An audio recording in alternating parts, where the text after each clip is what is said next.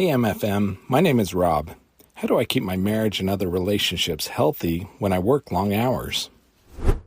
All right, it's One Question Friday. Somebody asked a question about marriage. I've been married for a few years. I've been with my wife in a relationship for 10 years plus, and it's a pretty great relationship. Someone was asking me for advice on it, and I'm going to reference something that I used to do. So basically, I talked about this thing on this pod. So basically, I've got this new thing I'm working on, and my co-founder and I, we did something interesting that seems pretty obvious to me, but when I mentioned it on the podcast, it surprised some people. But basically, we kind of like both had an idea that we wanted to work on, and we were like, cool, like this is something I would like to work on. Would you like to work on? And he said, yeah, whatever. And so we got a little bit of attraction, and we go, all right, we know this can work, but let's pump the brakes, stop right now. And I want to have a conversation with you. And what I want to know is a bunch of questions. And so I sent him the same questions, and then I went and answered them on my own. And it basically outlined here are the categories. It was, what do I want? So financially, I said what I want my personal net worth to be. I said that I want to have freedom. I want the ability to fly private. I want to live in different cities throughout the year. I want to be present in my future children's and current wife's life.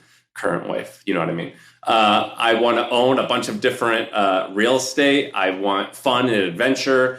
I want to work hard, but I want to work like a lion, meaning I'm willing to work like and grind for many weeks, but then I want to take 3 or 4 weeks off a year or 5 weeks off a year, and I want to travel the world comfortably. I also said that I care about influence. I said I want a seat at the big boys table and for people to think that I'm really good at my job. And so I just said, like, here's like what I want in life. Then we each answered a question of ways in which we want to get to where we want to go. So basically, things we're willing to do. And I said, I'm willing to do this, I'm willing to do this, and I'm willing to do this. Like, I'm not willing to hire 10,000 employees. I don't want that. I'm not willing to have recurring meetings.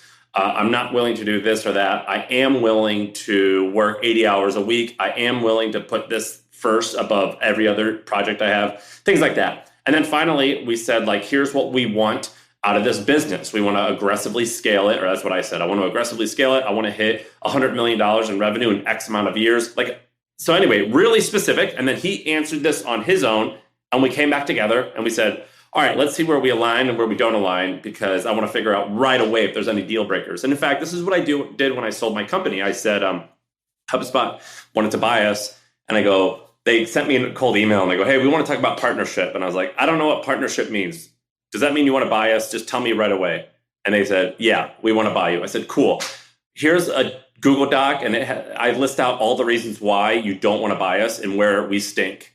If that list is okay with you, talk to me again.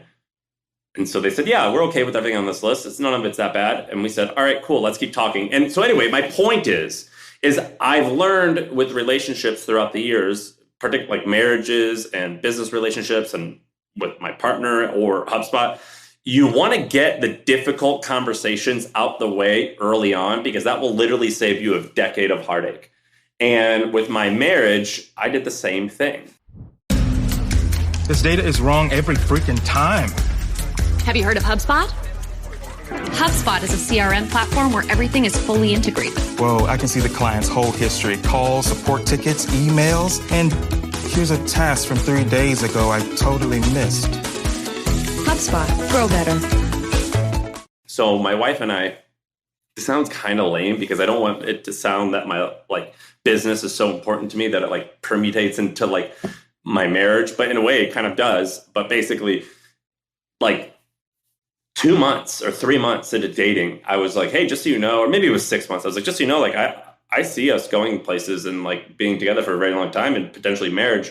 Is that what you see? And she was like, yeah. I was like, oh, awesome. We're on the same page. And then we actually outlined, you know how when people say they're like, yeah, I want to have a nice house with kids and all this stuff. And I was like, all right, let's get really specific. Tell me, how many kids do you think you want? You don't need to tell me you want exactly 3 kids, but give me a ballpark, where your intentions are now. And I know they might change, but give me a ballpark on where they are. Okay, great. Now, how much money do you want to make each year? Okay, cool. Where do you want to live? Oh, you want to live here? Let's go on Zillow right now. Well, that house is $8 million.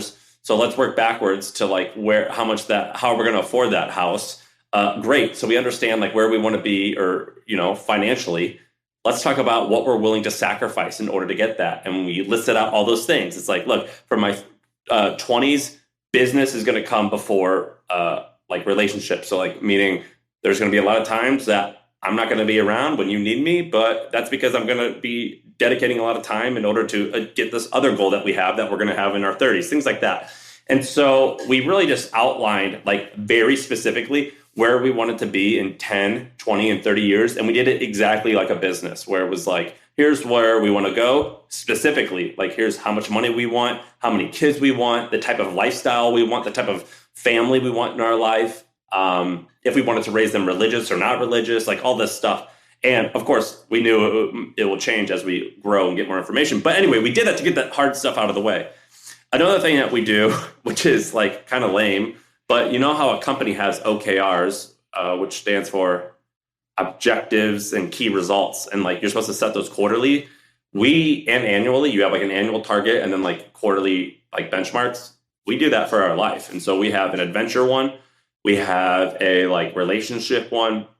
We have a financial one.